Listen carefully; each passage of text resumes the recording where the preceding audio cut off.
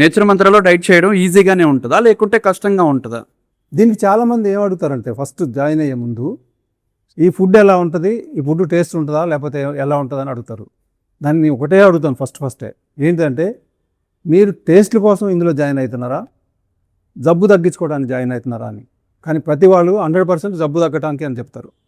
అట్లని నేచర్ మంత్రం ఏం చేసిద్ది, ఓన్లీ జబ్బు తగ్గటం ఒకటి కాదు, ఈ షుగర్లు బీపీలు తగ్గటమే కాదు, ఇక్కడ టేస్ట్ అనేది అద్భుతంగా ఉండేలాగా ప్లాన్ చేసి ఉంటుంది ఇక్కడ.